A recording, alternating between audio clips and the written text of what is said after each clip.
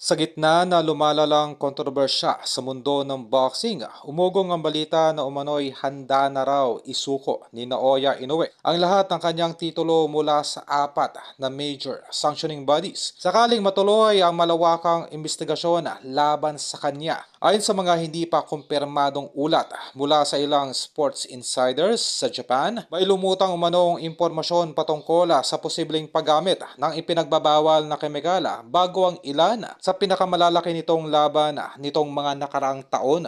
Hanggang ngayon ay wala pang opisyal na ebidensya na inilalabas ang anumang boxing organization tungkol dito.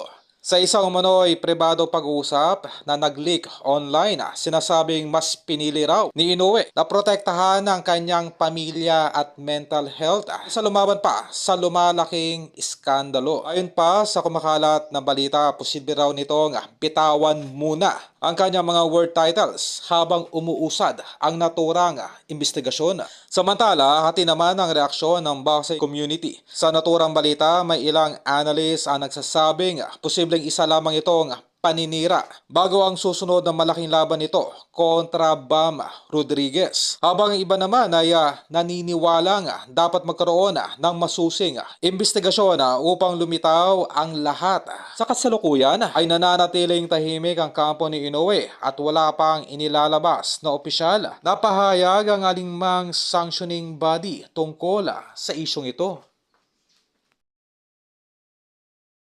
Match the same day. Dot. Tell me a little bit more about the stimulation you received or the feelings you had. Yeah, the stimulation you received? Yeah.